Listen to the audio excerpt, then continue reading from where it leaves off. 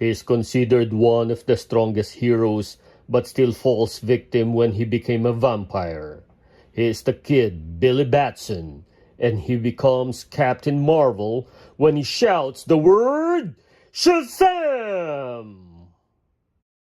I am the Markman, and today we're going to unbox and review McFarlane DC Multiverse figure of Captain Marvel, or better known as Shazam, from the DC vs. Vampire story arc.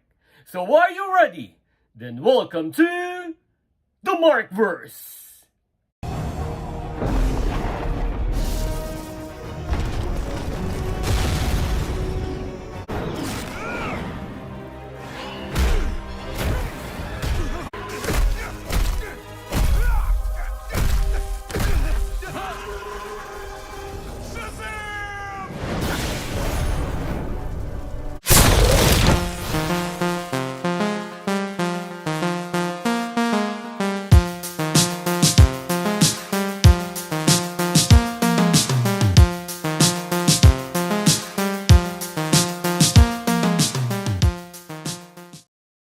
The characters from the DC vs. Vampire story arc are one of those that I am keenly collecting under the McFarlane brand.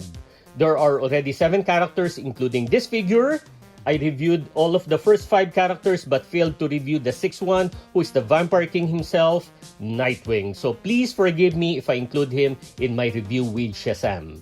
As I said in my previous video, the DC vs. Vampire story arc ran from 2021 to 2023, and one of those that turned into a vampire is obviously Captain Marvel. For the design accuracy, if we compare it to the cover of the comics, the major difference is his belt. The gauntlet and boots are also a little different, but their difference is just a minor thing. Since they use the same body sculpt or design as DC Rebirth Shazam, we should expect McFarlane will sacrifice something, and in this case, one is the belt. But at least the head, cape, and the other parts are the same as in the comics. One of the reasons why I am into these figures, all were designed well. If I say all, I mean all. No figures are considered bad.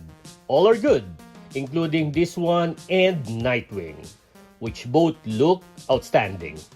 One reason is that they chose the best body sculpt among all they had done. In this case, for Nightwing, it's the better than Batman figure.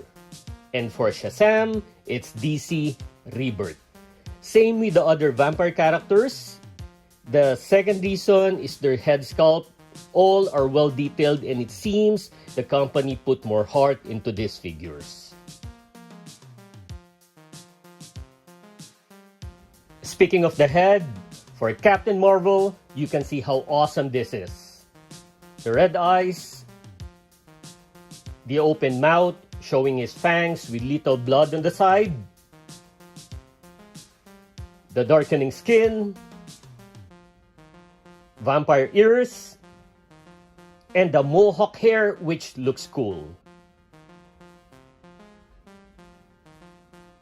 His hands have the same skin tone as his face with blood on the right. The long nails add attractiveness to this figure.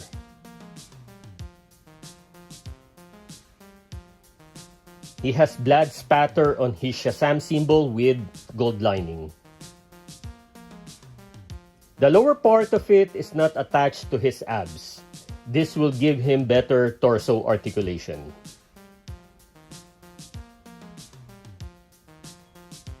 The sculpt of this damaged cape looks good but needs better color finishing because it looks plasticky.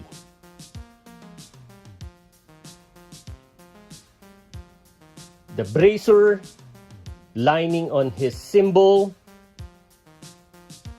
belt, and boots have the same gold color, and it's painted well. Actually, another strong point of this figure is his color details.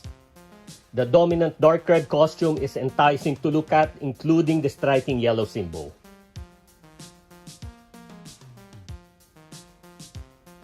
His costume also has rough textures.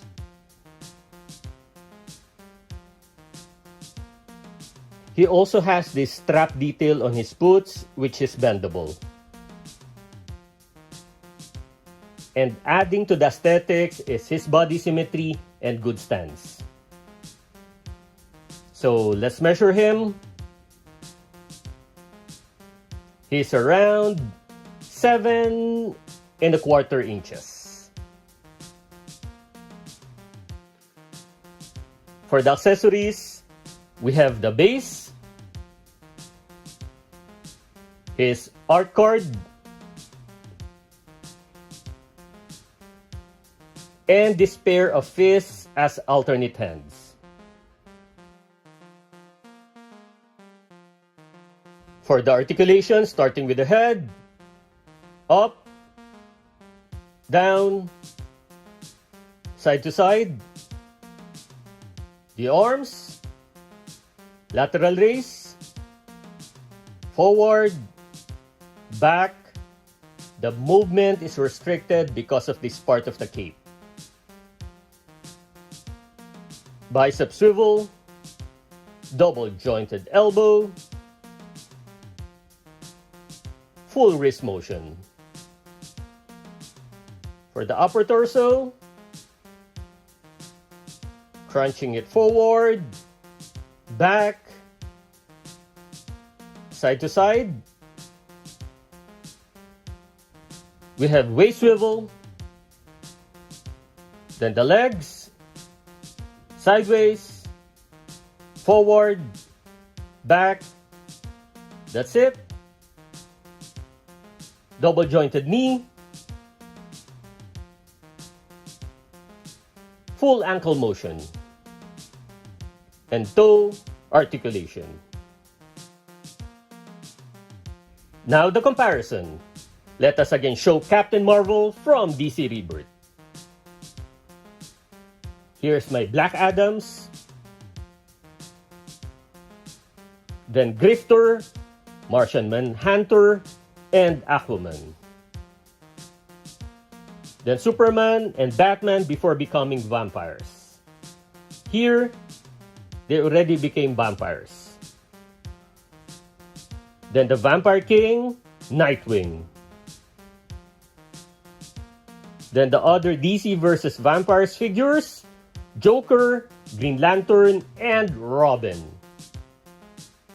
Here is the full DC vs. Vampires character set. This is an outstanding set. As I said before, the DC vs. Vampires figures look amazing and Shazam is no exception. He looks awesome. His facial details are accurate based on the comics.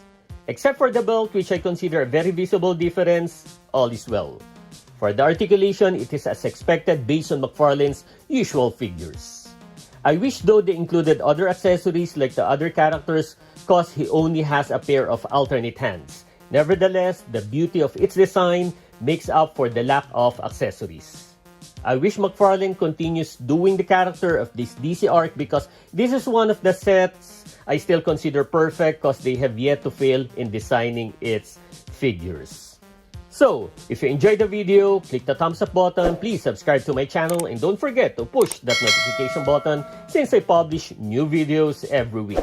Again, I am the Markman, thank you for visiting the Markverse, and always remember to pay it forward with kindness.